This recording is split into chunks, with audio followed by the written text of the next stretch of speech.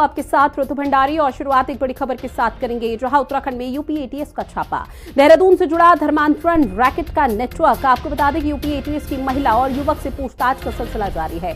Sahaspur block के शंकरपुर से पकड़ा गया अब्दुल रहमान। डोईवाला से महिला मरियम को पुलिस ने पकड़ा है। तो बड़ी खबर, जहां आपको बताते चले कि यूपी एटीएस ने छापेमार कार्रवाई को अंजाम दिया, जहां एक बड़ी सफलता हाथ लगी है। उत्तराखंड में यूपी एटीएस का छापा कई ठिकानों पर। देहरादून से जुड़ा धर्मांतरण का रैकेट का ये नेटवर्क, उसका भंडाफोड़ किया गया।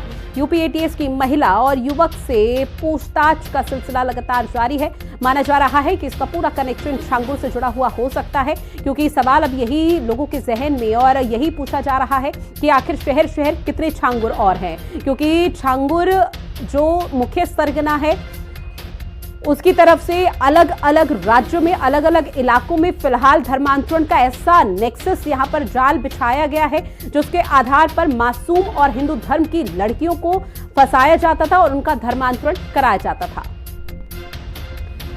दीपिका भंडारी मेरी सहयोगी हमारे साथ लाइव बनी हुई है। दीपिका, पूरे मामले को लेकर क्या जानकारी, क्योंकि यूपी एटीएस की जो छापेमार कार्रवाई है वो लगातार जारी है।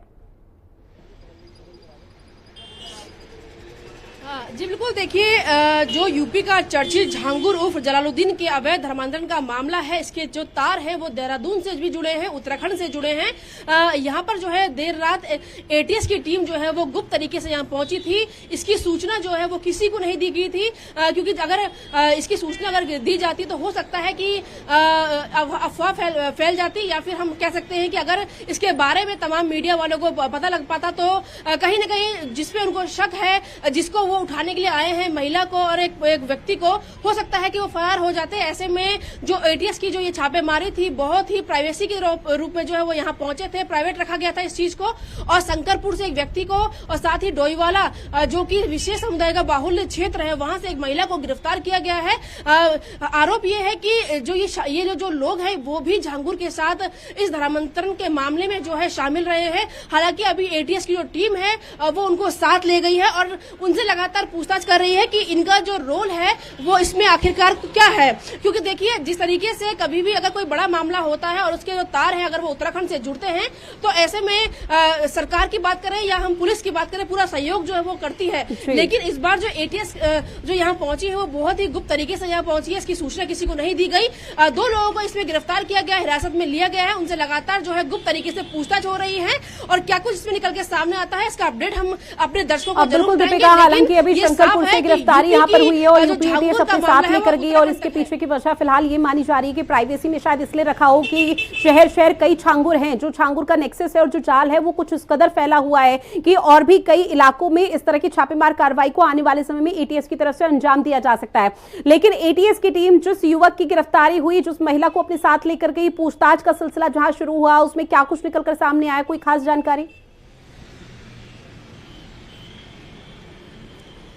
जी देखिए, अब तक ये निकल के सामने आया है कि जो झांगुर है, जिनको अभी पुलिस जो है उनसे पूछताछ कर रही है, उसे गिरफ्तार किया गया है। उसपे करोड़ों की फंडिंग और तमाम जो करोड़ों रुपए का घपले का भी आरोप लगा है। उसके जो तार है वो इन दोनों लोगों से जुड़े हुए हैं और पुलिस एटीएस की जो टीम है वो जांच कर रही है कि आखिर इनका रोल क्या है। देखिए, इनका जो संबंध है वो उससे जरूर निकल के सामने आया है, लेकिन इनकी क्या भूमिका रही इस पूरे मामले में, ये महिला जो है वो क्या करती थी, उसकी क्या भूमिका थी झांगुर के साथ, या जो व्यक्ति पकड़ा गया उसकी क्या भूमिका थी, इस पे जांच चल रही है। और एटीएस ने अभी इसके बारे में कोई जानकारी जो है मीडिया से साझा नहीं की है, ना ही पुलिस ने ऐसे कोई बताया है। हमने एसटीएफ से भी बात की, हमने देहरादून एसएसपी से भी इस बारे में पूछा है, लेकिन उन्होंने इस बारे में कोई भी सूचना देने से साफ इनकार किया। यानी कि जो ये जांच चल रही है वो बहुत गुप्त तरीके से चल रही है, ताकि देखिए इसमें कोई ऐसा कोई आरोपी फरार न हो जाए। सीएम धामी ने साफ ये कहा है कि उत्तराखंड में लैंड जिहाद, लव जिहाद, थूक जिहाद के साथ धर्मांतरण जो है वो नहीं चलेगा, और इसी के तहत जो सरकार है वो भी अंदर तरीके से जो है कार्रवाई इसमें कर रही है। और एटीएस की ये कार्रवाई जो है लगातार जारी है। इसमें जो पुलिस है, मुझे लगता है कि पुलिस उनको सूचना दी गई होगी, लेकिन फिलहाल जो मीडिया को अब इसके बारे में जानकारी नहीं दी गई है।